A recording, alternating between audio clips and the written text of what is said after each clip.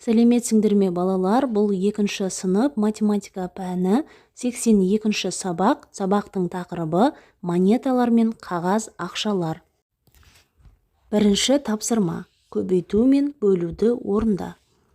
50 көбейту 2 тең 50-ді 5 ондық деп жазамыз. Көбейту 2. 5-ті 2-ге көбейткенде 10 ондық тең 10 ондық дегеніміз 100-ге тең. Келесі 200 көбейту 3. 200-дік көбейту 3. 200-дікті 3-ке көбейткенде 600-дік болады. 600-дік дегеніміз 600 санына тең. Келесі 400 бөлу 5 тең.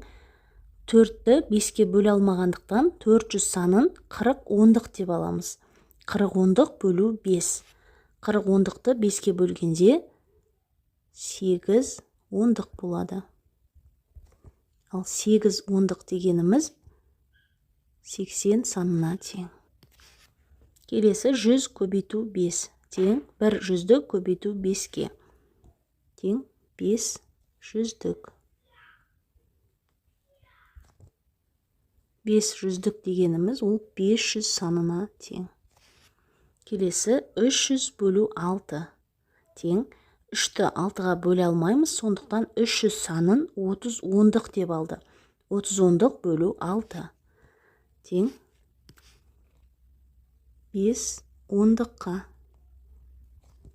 5 ондық дегеніміз 50 санына тең. Келесі 600 бөлу 3 тең 600-дік бөлу 3 тең 200-дікке. 200-дік дегеніміз 200 санына тең. Екінші тапсырма. Қазақстанның қай сандар жазылған монеталары мен қағаз ақшаларын білесің. Осы ақшалардың құнын білдіретін сандарды алдымен өсу ретімен, содан соң кему ретімен жаз. Алдымен өсу ретімен жазамыз. Өсу реті дегеніміз ең кішісінен үлкеніне қарай жазу керек. Бірінші монеталар. 1, 2, 5, 10, 20, 50, 100, 200. Одан кейін қағаз ақшалар.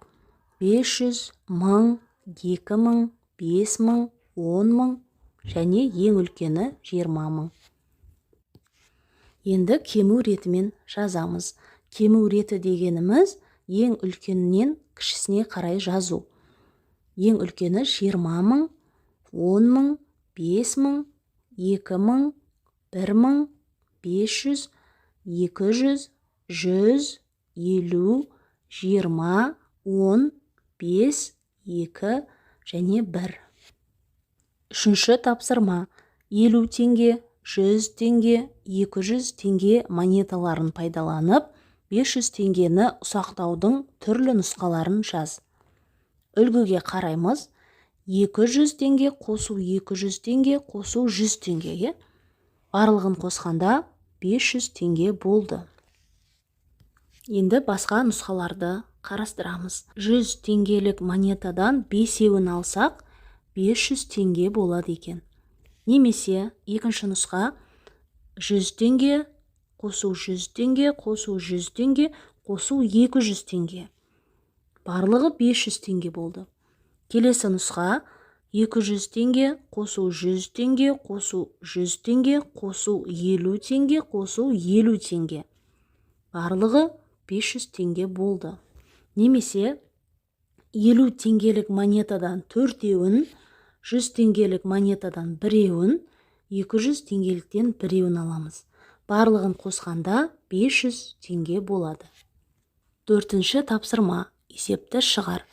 Азамат анасымен бірге дүкенге барды. Олар 500 теңгеге май, 200 теңгеге кәмпит және 100 теңгеге нан сатып алды. Азамат анасы екеуі неше теңгеге сауда жасады. Есептің қысқаша берілгенін жазып алдық. Май 500 теңге, кәмпит 200 теңге, нан 100 теңге. Барлығы қанша теңгеге сауда жасады? Оны анықтау үшін барлығының бағасын қосамыз. Май 500 теңге. Қосамыз. Кәмпит 200 теңге. Қосамыз. Нан 100 теңге.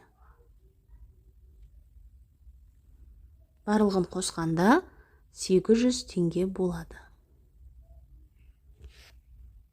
Жауабы: Азамат анасы екеуі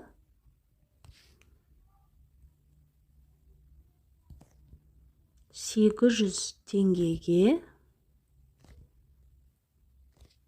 сауда жасады.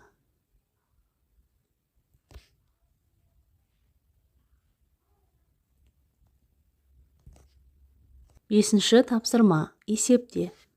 20 теңгеге 50 теңгені қосқанда 70 теңге болады. 100 теңгеден 50 теңгені азайтамыз, 50 теңге болады. 50 теңгені көбейтеміз 2-ге. 50-ді 2-ге көбейткенде 100 болады. 100 теңге. Келесі есепте бірінші жақшаның ішін орындаймыз. 100 теңгеден 80 теңгені азайтқанда 20 теңге қалады. 20 теңгеге 20 теңгені қосқанда 40 теңге болады. Келесі 50 теңгеден 20 теңгені азайтамыз. 30 теңге болады. 50 теңгеден 30 теңгені азайтқанда 20 теңге болады. 10 теңгені бөлеміз 2-ге. 5 теңге. Алтыншы тапсырма. Салыстыр.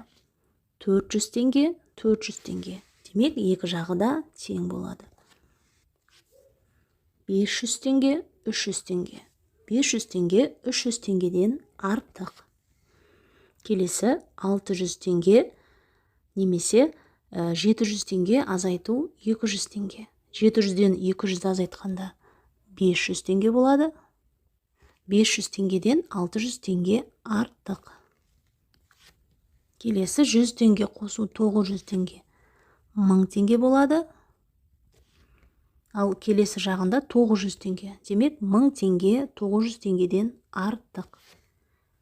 Жетінші тапсырма. Суретке қара. 100 теңгені асы бірдей монеталармен, әсі әртүрлі монеталармен қалай шығарып алуға болады?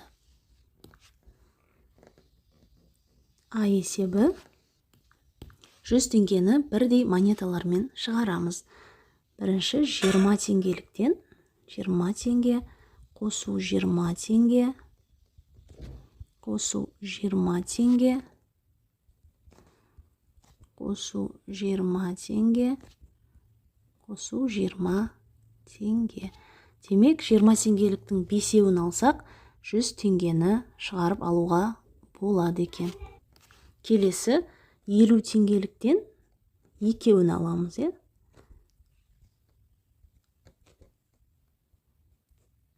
Сонда 100 теңгені шығарып аламыз. Үшінші нұсқа 100 теңгенің өзін аламыз. Тең 100 теңгеге. Ә нұсқасы әртүрлі монеталармен қалай шығарып алуға болады. Енді әртүрлі монеталарды қосамыз. Бірінші 50 теңгеден біреу алайық. Қосамыз 20 теңгеден 2 аламыз. 90 болды, Енді 100 шығу үшін тағы 10 теңгелік монетадан біреуін аламыз. Сонда 100 теңгені шығарып алдық. Келесі нұсқасы 50 теңгеден біреу аламыз. Қосамыз 20 теңгеден біреу аламыз. Және қалған 30 теңгені 10 теңгелік монеталардан аламыз. Сол 10 теңге қосу 10 теңге. Барлығын қосқанда 100 теңге болды. 8-ші тапсырма. 16 теңге, 27 теңге, 51 теңге, 56 теңге, 65 теңге және 70 теңгелік ақшаларды қандай монеталармен жинақтауға болады? Ең алдымен 16 теңгеден бастайық.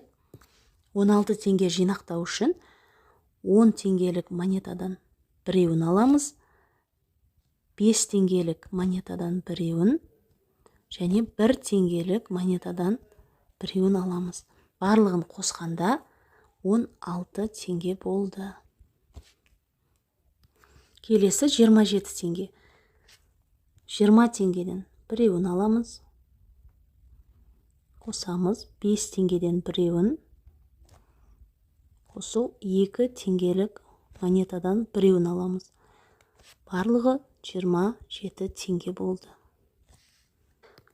Келесі 51 теңгені алу үшін 50 теңгемен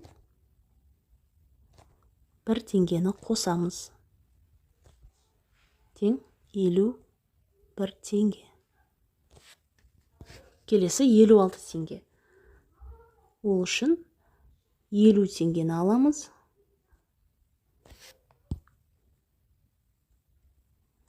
Қосамыз 5 теңгені. Қосу 1 теңге. Барлығы 56 теңге болды. Келесі 65 теңге.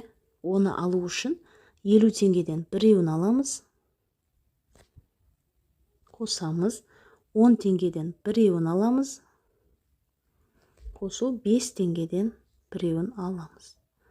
Барлығын қосқанда 65 теңге болды. Келесі 70 теңге. Оны алу үшін 50 теңгеден біреуін аламыз.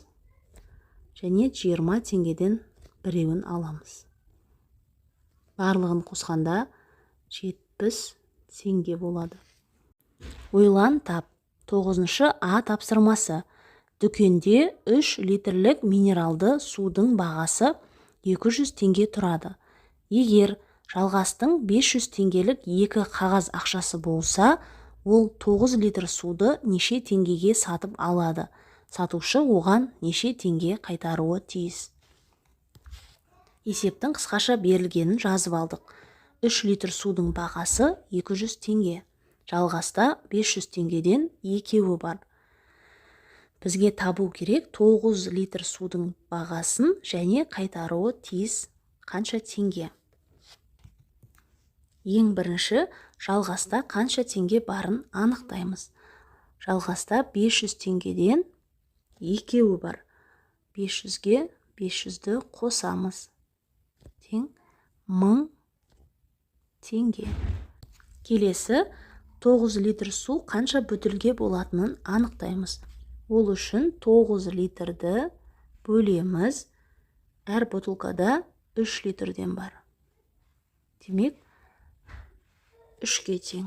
Демек бір бөтелке 200 теңге тұрса,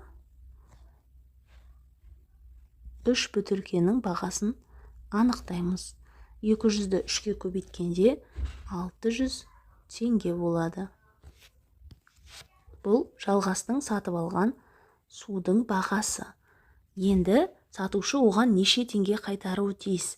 Оны анықтау үшін жалғастағы барлық 1000 теңгеден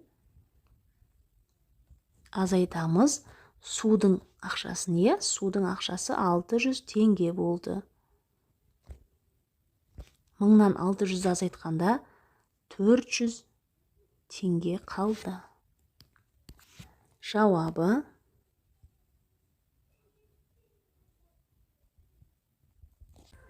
жалғас суды 600 теңгеге сатып алды.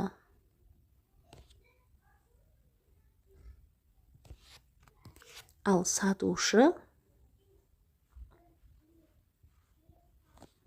400 теңге қайтаруы тиіс.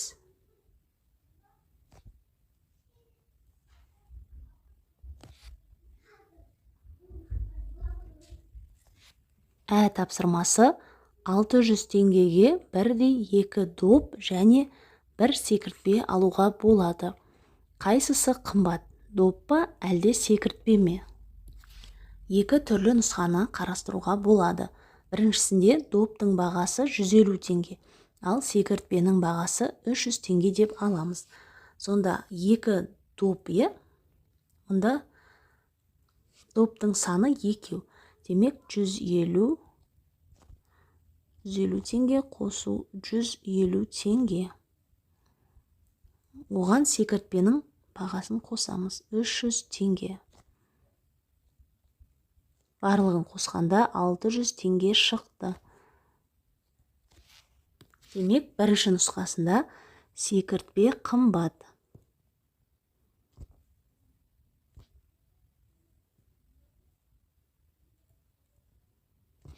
Екінші нұсқасын қарастырамыз. Доптың бағасын 200 теңге, секіртпенің бағасын да 200 теңге деп аламыз.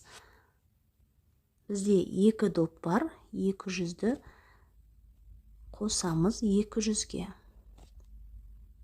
Бұл доптың бағасы. Және оған секіртпенің 200 теңгесін қосамыз. Барлығын қосқанда 600 теңге шықты.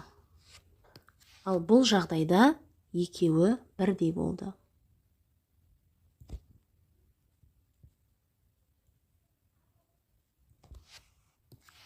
Балалар, осымен бүгінгі сабақ аяқталды. Сабақ түсінікті болса, міндетті түрде осы видеоға лайк басып, каналға тіркеліп алуды ұмытпаңдар. Келесі сабақтарда кездескенше.